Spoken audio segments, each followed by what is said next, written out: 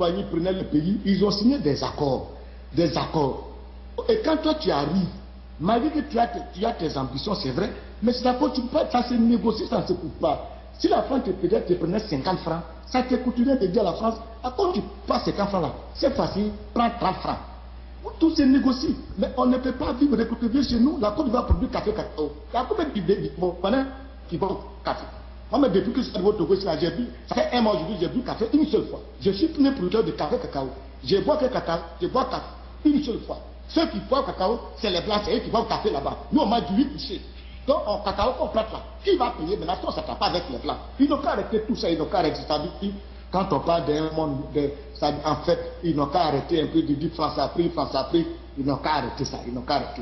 Tout se négocie. La France ne peut pas nous imposer des ordres. Non, il ne peut pas nous imposer des ordres. Tout se négocie. Si on voit que ce qu'ils nous proposent, ça ne nous plaît pas, on ne va pas accepter, pas leur donner tout. On n'a pas le droit, mais tout se négocie. Tout se négocie. Ah oui, mais dit que couper la France Afrique, moi, je ne suis pas d'accord pour ça. Et nous, qui sommes artistes même là, sans la France Afrique, qui allait jouer? C'est grâce à la société que nous avons des fonds. On a notre pays ici, il n'y a même pas de droits voisins qui tombent dans nos caisses de Burida pour que nous, les actifs voisins, nous prenions en charge. C'est l'argent des profits privés qu'on prend sur les actifs français qu'on donne au niveau de la population française. Que nous prenons, et puis ils organisent les concours, RFI, tout. Mais alors, ils n'ont qu'à arrêter. S'ils sont incapables de gérer leur pays, ils vont accuser la France. Je dis on doit demander pardon à tous ces pays-là. Monsieur Bideffer, vous venez de dire qu'il faut demander pardon à tous ces pays. Et quel est le moment, le temps circonscrit ici pour le président Alassane Dramane Ouattara de pouvoir engager ces pourparlers dans le sens de ce pardon dont vous parlez tant? Non, je pense que M. Alassane Ouattara, c'était un gestionnaire. Moi, c'est ce qui m'a fait penser, c'est ce qui m'a fait croire. Il a vu qu'on a nommé Premier ministre en Côte d'Ivoire. J'ai vu un peu sa manière de travailler, il était beaucoup gestionnaire. Donc je sais qu'il va gérer son emploi du temps. Parce que la Côte d'Ivoire aujourd'hui est en parlant avec tous les autres pays. Si son arrivée peut nous faire réconcilier avec les autres pays, c'est déjà une très bonne chose. Et il doit s'arranger, mettre en place un comité pour passer dans chaque pays, comme il a des ambassadeurs dans ces pays-là, avec les présidents de ces pays, faire vraiment une journée pour demander pardon à ces ressortissants. Les Togolais sont morts en Côte d'Ivoire. Des Béninois sont morts en Côte d'Ivoire, des Burkinabés ont été brûlés, des Maliens ont été brûlés, tout le monde a été brûlé, des Français ont été brûlés. Je vous en prie, c'est des malheurs que nous avons accumulés sur le dos de la Côte d'Ivoire. Si on est pris ce pays pour toutes ces atrocités commises, je pense que le Seigneur même ne peut pas nous bénir. Il vaut mieux demander pardon à ces peuples-là pour qu'ils nous pardonnent, pour que tout ce que nous faisons puisse aller de là-bas. Ce n'est pas difficile. À la fin, on peut mettre en place un comité. Et moi-même qui vous parle là, je suis mieux placé pour citer dans tous ces pays, en compagnie des gens. Demandez pardon, ça ne coûte pas demander pardon. On a des ambassadeurs, oui, on a des ministres, il y a des ministres pour sortir. Mais c'est très important. On va demander pardon. On a oublié de demander pardon. C'est déjà fait, c'est fait. On va demander pardon. Humilie-toi devant Dieu, il va te bénir. Oui, monsieur Bideffer, je voudrais demander à tous nos amis d'Ivoire TV qui nous suivent maintenant. Tout à l'heure, je présentais toutes les excuses au nom de la direction d'Ivoire TV, au nom de la régie, pour l'heure assez tardive avec laquelle nous avons commencé cette émission. Je voudrais demander à ceux qui nous suivent maintenant, si c'est possible, qui connaissent bien monsieur Bideffer pour son franc-parler et sa position médiane et neutre, et qui voudraient bien lui poser des questions, ils peuvent nous appeler. Notre numéro, c'est le 240, je vous en prie. Notre numéro, c'est le 240 644 23 78. Encore une fois de plus, 240 644 23 78. Monsieur Bideffer, comme je le disais tout à l'heure, au nom de cette déchirure communautaire, au nom de cette déchirure régionale, au nom de cette déchirure en Côte d'Ivoire, nous avons appris qu'il y a des personnes, du fait même de parler le BT, ont été assassinées. Du fait même de parler le Dula ont été assassinés. Il y a des couples mixtes aujourd'hui dont le monsieur est soit BT ou soit Dula et la femme est soit BT et soit Dula. Et aujourd'hui, ces couples-là sont divisés. Que deviendront ces enfants demain? Si vous avez aujourd'hui des conseils à leur donner, que diriez-vous? Ah, mais aujourd'hui, ce que vous avez dit, c'est la vérité. Hein. Nous, on a vécu ça là-bas. Hein. Quand le supporter de la femme attrape un BT, un guerrier, il égorge. Quand les BT aussi attrapent un doula, un étranger, il le brûle. Donc quand tu vois un corps qui est égorgé, rien à faire pour faire les enquêtes, il faut aller chez les supporters de Gbagbo. Quand tu vois un corps qui est brûlé avec des pneus, tu vas chez les supporters de Gbagbo. Et c'est comme ça nous vivons. Nous vivons là-bas. Quand le Djoula, il voit le bété, le gré, il égorge. Quand le bété, le gré, il voit le aussi, allez, il le brûle. Et c'est dans ce tissu que nous vivons.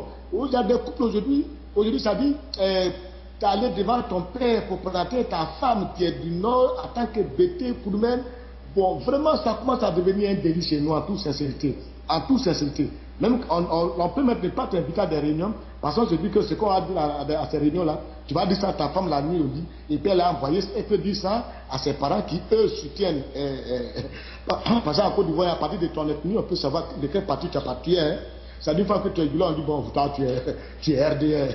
Si tu es bété, tu dis que je suis RDR, on dit, oh, pardon, tu vas là-bas, toi, tu es du FPI.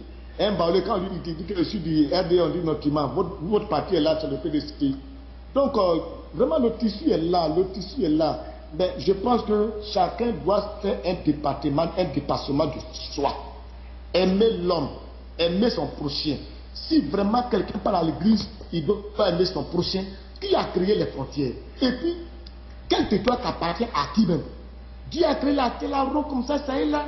Des individus sont levés, ils parlent des blancs. Ils ont commencé à partager l'Afrique. Tu m'entends, non? La balkanisation de l'Afrique.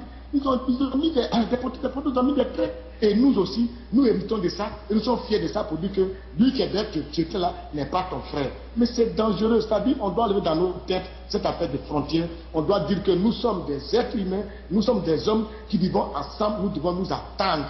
Pourquoi? Où est raison Bété? Où est raison Djoula? C'est quoi ça? C'est la Côte d'Ivoire qui était là. Quels sont les premiers habitants de la Côte d'Ivoire? Sont les Gabous. Après ça, que ça soit Bété, Kourmen, Djoula, nous sommes venus là. Après les Gabous, que les Kourmen, dès que les États-Unis, on les a déposés au Libye, ils ont foncé pour venir. C'est comme ça, le groupe Bété, tout. Les Djoula, avec l'évasion de Samori Touré, ils ont avancé, les Amoravis, ils sont venus là ici, ils sont installés comme ça des commerçants. Ils sont éparpillés partout. Avec l'avènement de la reine Fokou, les Akans sont rentrés. Ça fait qu'aujourd'hui en Côte d'Ivoire, il y a une rencontre de 3 civilisations. Il y a la civilisation des Akans, qui ont un comportement de royauté, qui respectent beaucoup les aînés. Il y a la civilisation Kourou, dont je parle les Bété, qui sont des gens, bon, là-bas, il n'y a pas trop de royauté. Là-bas, même un chef du village, si déconne, on le gifle, on l'enlève. Ils ont leur manière de se comporter. Il y a ils boivent du vin. Et il y a la civilisation Gourou, que j'appelle la civilisation Gourou, voilà, les Akans, les gens du Nord, là, et ils prient, ils respectent les imams, ils ne boivent pas. Voilà 3 civilisations qui sont rencontrées à un carrefour. Quand c'est comme ça, c'est difficile. Moi, je dis chacun doit faire fi de toutes ces frontières, de toutes ces divisions-là, dire que la personne qui est en face de moi, à part de moi, où il est ivoirien, point barre. Je suis contre tous ceux, lorsqu'ils te demandent, tu es ivoirien, oui, ivoirien d'où? Regardez-moi des questions bêtes comme ça. Tu es ivoirien d'où? Mais tu es ivoirien tout court. Ivoirien d'où, ça veut dire quoi? C'est-à-dire, je suis ivoirien de l'Ouest, ivoirien du Nord, ivoirien du temps. C'est encore les mêmes, ça dit, c'est les mêmes capitalisations, découpage encore des gens. C'est difficile, mais il faut faire un dépassement de soi. La Côte d'Ivoire n'appartient à personne. Le seul peuple que nous avons trouvé, c'est le peuple Gabou. C'est eux les premiers, si on veut dire, c'est eux les propriétaires de la Côte d'Ivoire. Tous ceux qui s'agitent là, aucun Gabou ne s'est agité encore. C'est nous tous des étrangers qui sommes arrivés là, qui disons que la Côte d'Ivoire c'est pour nous, et c'est nous qui contribuons à la déchirure de la Côte d'Ivoire. Les Bété ont fait les guerres avec les Baoulés en 72 avec l'avènement de Kabé Nyangbe.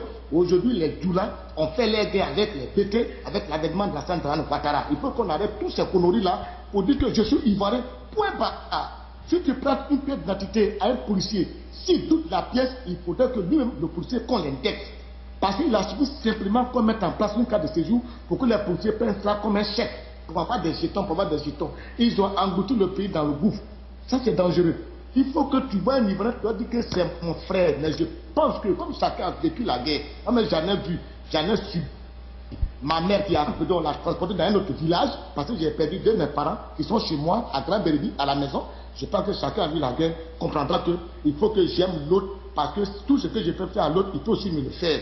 Quand dans l'affaire, il y a eu le charnier à Bobo, j'ai dit les gens qui sont morts, qu'on a enterrés à Bobo là, ils ont des enfants, ils ont des parents. Demain, ils vont vouloir les venger, on va avoir un problème chez nous. Voilà ce que nous vivons aujourd'hui. Penser que je suis supérieur à l'autre, supérieur par rapport à toi et à qui? Merde.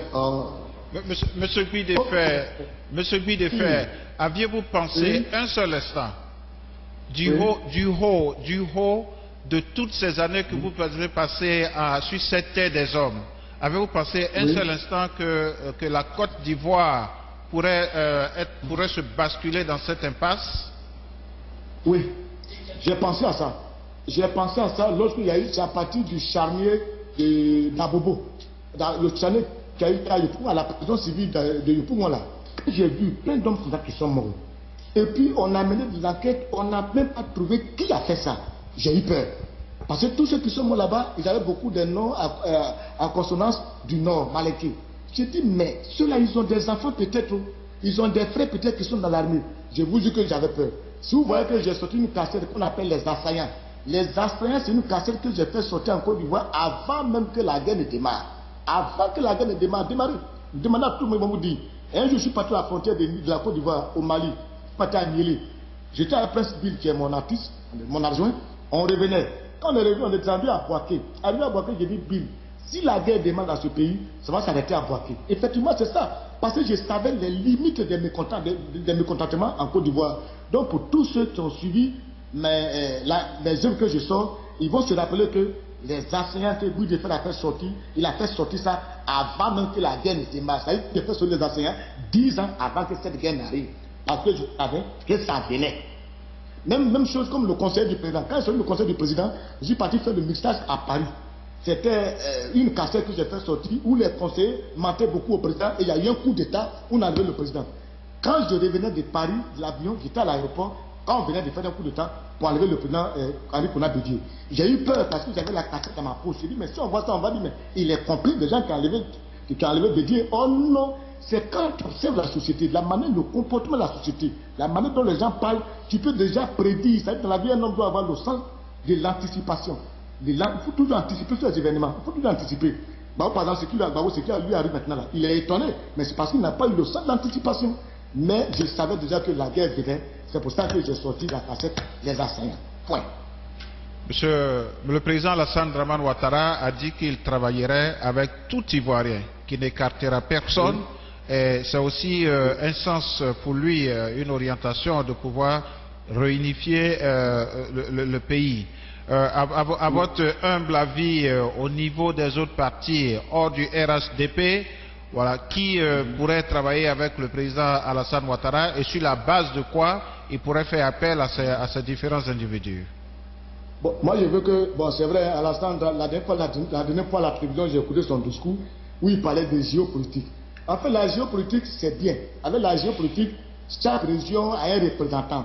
Mais est-ce qu'avec la géopolitique, on fait la promotion de l'excellence, bien de la compétence? Parce que quand tu fais la géopolitique, tu nommes quelqu'un en fonction de ses régions, il est obligé de travailler beaucoup dans sa région pour que tu aies des voix là-bas dans cette région. Même s'il ne fait pas ton affaire, tu as peur de l'enlever parce que tous ceux qui sont dans cette région, le jour de la nommer, ils sont venus te dire merci. C'est le même problème de géopolitique qui a créé beaucoup des ennuis à M. Désiré Tagro. Quand il prenait beaucoup de gens de ta région pour les mettre à la police, ça a énervé le président de l'Assemblée nationale. Moi, j'ai dit, mais président Laurent Gbagbo, de quoi vous plaignez? Quand tu as nommé Tagro et puis il travaille dans la région, il met les gens à la police, c'est pour que tu aies des voix. Donc quand tu fais de la géopolitique, il faut savoir ce que tu t'en... Il faut savoir cela. Mais je dis, même si Alassane veut faire de la géopolitique, la priorité doit être beaucoup la compétence. On a besoin vraiment des gens compétents. On a besoin des gens vraiment qui n'aiment pas voler beaucoup d'argent. On ne regarde pas